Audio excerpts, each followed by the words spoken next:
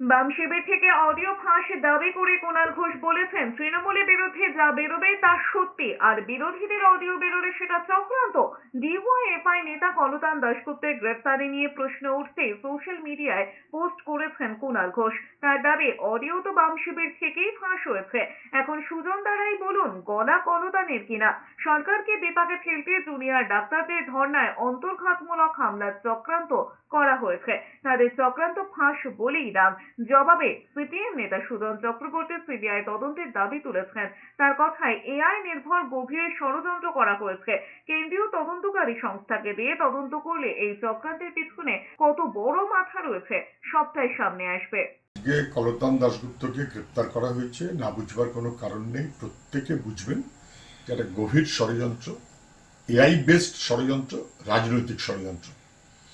আন্দোলনকে ভাঙার নানান রকমের প্রচেষ্টা চলছে শাসকের পক্ষ থেকে।